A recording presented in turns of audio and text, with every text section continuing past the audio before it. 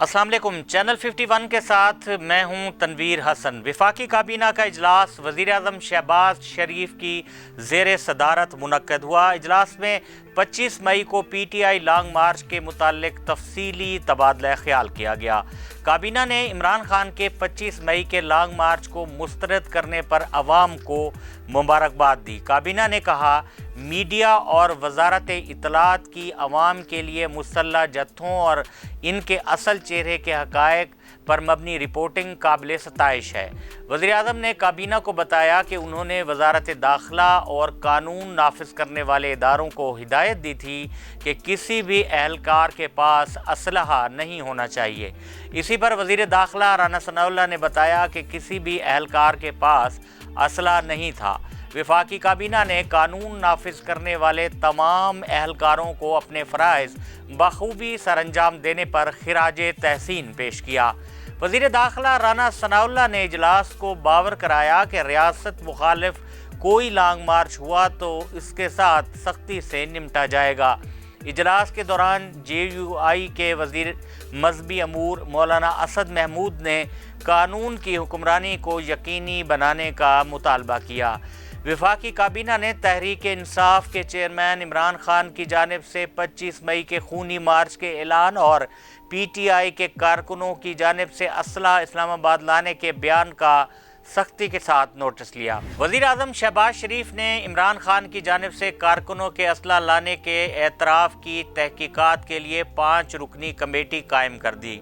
Committee میں وزیر داخلہ قمر زمان، قاہرہ ایاز صادق، اسد محمود، وزیر قانون اعظم نذیر تارڑ شامل ہیں۔ کمیٹی عمران خان اور چیف منسٹر کے پی کے بیانات کا جائزہ لے کر لائحہ عمل تجویز کرے گی۔ رانا ثناءاللہ نے کابینہ کو بتایا کہ 25 مئی کو پی ٹی آئی کی جانب سے لانگ مارچ کوئی سیاسی سرگرمی نہیں تھی بلکہ ریاست مخالف سوچی سمجھی سازش تھی۔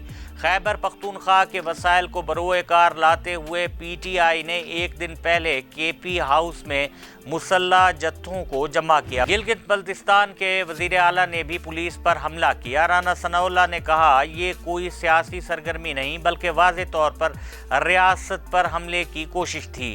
وفاقی کابینہ نے وزیر اعلیٰ خیبر پختونخوا کے بیان کا بھی نوٹس لیا اور شدید تشویش کا اظہار کیا، جس میں انہوں نے کہا کہ اس مرتبہ ہم پوری قوت کے ساتھ ریاست اور وفاقی دارالحکومت پر حملہ کریں گے۔ ایسا لگتا ہے کہ عمران خان کے گرد حکومت کی جانب سے گھیرا تنگ کیا جا رہا ہے۔ کوشش کی جا رہی ہے کہ اس طرح کے سخت اقدامات اٹھائے جائیں کہ عمران خان کا اگر اسلام آباد کی جانب دوبارہ لانگ مارچ کا اعلان کریں تو ناکامی کا سامنا کرنا پڑے۔ عمران خان کی جانب سے بھی اب رویہ مزید سخت کیا جا رہا ہے اور اگر وہ اسلام آباد آئے تو ان کے پاس دوبارہ دھرنا ملتوی کرنے کا آپشن موجود نہیں ہے۔ اگرچہ ڈیڈ لائن ختم ہو چکی ہے لیکن معاملہ اب عدالت کے سپرد کیا جا رہا ہے۔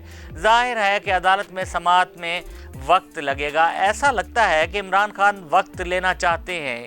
اس کی ایک وجہ تو کارکنوں کی بڑی تعداد کو اسلام آباد لانے کی تیاری کرنا ہو سکتا ہے، تو دوسری جانب مقتدر حلقوں سے بات چیت کا موقع بھی حاصل ہو سکتا ہے۔ اب صورتحال یہ ہے کہ مقتدر حلقوں کی جانب سے کوئی بھی جواب واضح طور پر نہیں دیا جا رہا۔ شاید دیکھو اور انتظار کرو کی پالیسی پر عمل کیا جا رہا ہے۔